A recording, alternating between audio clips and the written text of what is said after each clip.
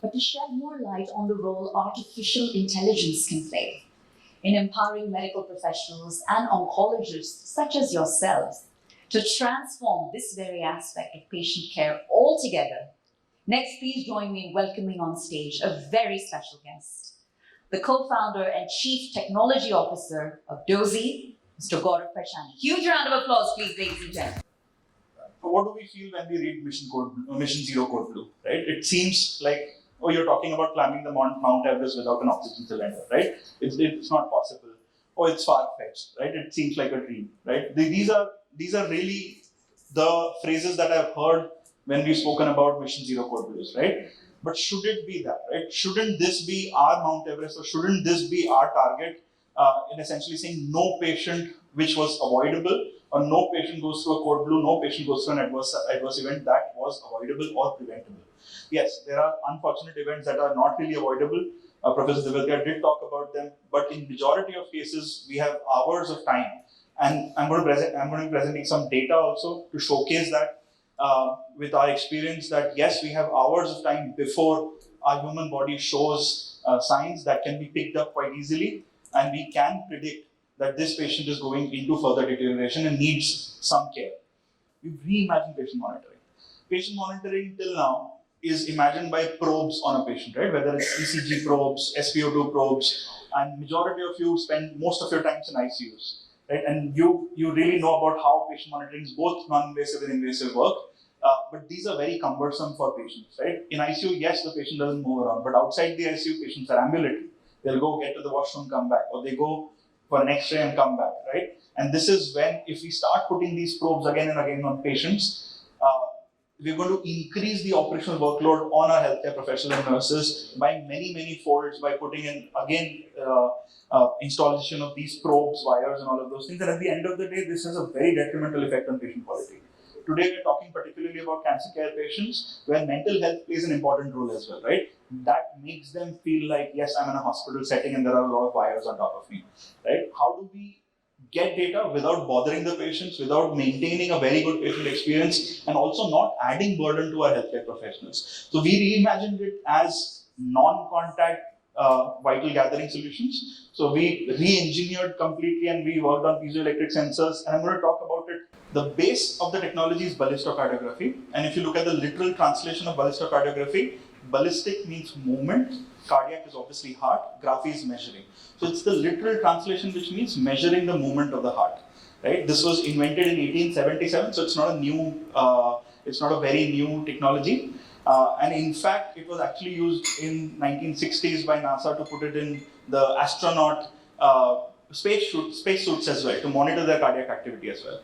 But the pitfall of ballistocardiography is that since it's capturing vibrations, it captures all the noise around you, right? It's capturing the noise in the next room, if there is a construction going on, or if there is some significant vibrations around or noise around, it's going to capture that. And this is when, in 1903, when ECG came around, yes, BCG is actually older than ECG. People lost interest in BCG. Why? Because there's too much noise to deal with, right? And ECG is much more cleaner. It's giving you an electrical activity or electrical impulse, how the heart is working, right? The rhythm activity of the heart. But in the recent decade or so, in the last 2 decades, if you look at publications that are coming out of ballistocardiography, they're going insanely high rate. Why? Because it enables contactless monitoring, which is passive monitoring. I don't need to participate actively in order to monitor something. I don't need to put something on myself in order to monitor something, right? The monitoring happens on its own. And this is why the value of BCG comes into play, where without bothering anything, maintaining high experience, you can capture all of this data. And there's a big but here. Yes, and very exciting numbers that were presented in the first 3 slides that essentially we saw.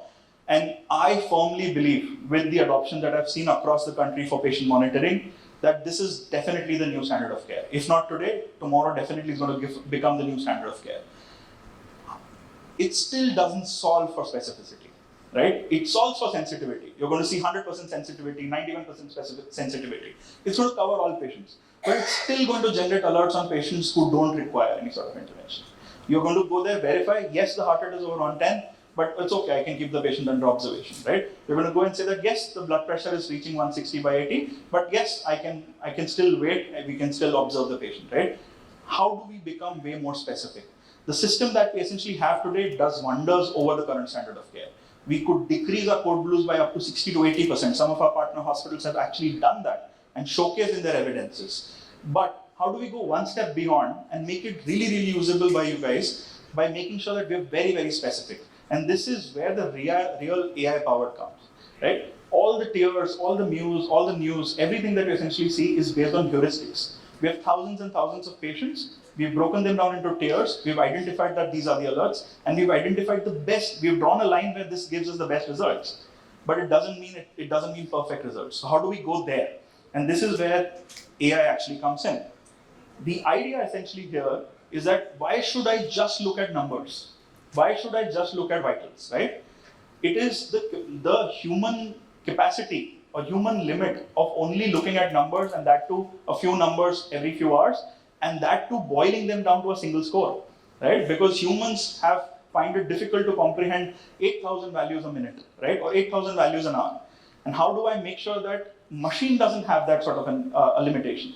So we could always use a machine. We could use the raw signal in itself, the vibrations that are coming out of the body, the pleth wave signal, the ECG signal, all the signals that we get, we could actually use them. We can use the trends, we can use the values in together, and then we can make a prediction which is much more accurate. There's an endless amount of possibilities that this new tech actually gives us, right?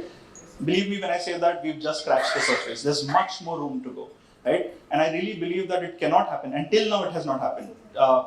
In whatever we've developed so far, there are a lot of clinician advisories that have gone into this already. And I really believe that's the way to go. Co-development is something that will solve the problems when we work together on all of these. Thank you so much for being a patient audience.